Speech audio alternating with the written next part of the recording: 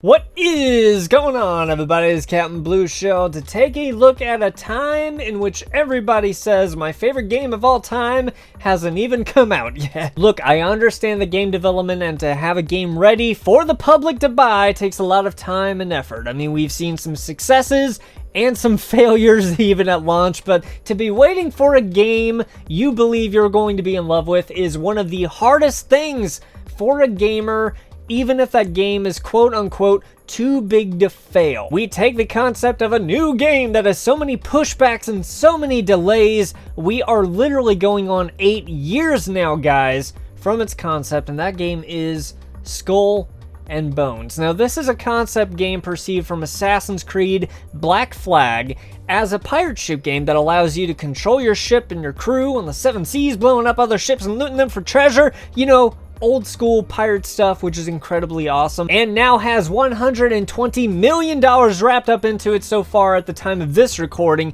It truly does look amazing, but is it gonna be worth the wait? I hope so. I've had this game in mind for so long now. I've wanted another sailing game to be able to do this, that looks and feels real to life, that's not a cartoon feeling, and with something fresh with new game mechanics that we can learn from scratch. Skull and Bones has yet another pushback, and it seems like we are going to have to wait until at least April of 2022. Long time to create and develop. I mean, let's be honest, a simple game without so much of a storyline that Assassin's Creed had going, right? And I really think that 8 years for a pirate ship game with $120 million poured into it already, I mean, we know for a fact that the game isn't up to those standards, but as we said before, the game is too big to fail. I mean, it's going to sell, and Ubisoft, being Ubisoft, is going to at least get their money back. I mean, 5 years time, 5 years, guys, if there was another developer that made a game similar that looked real to life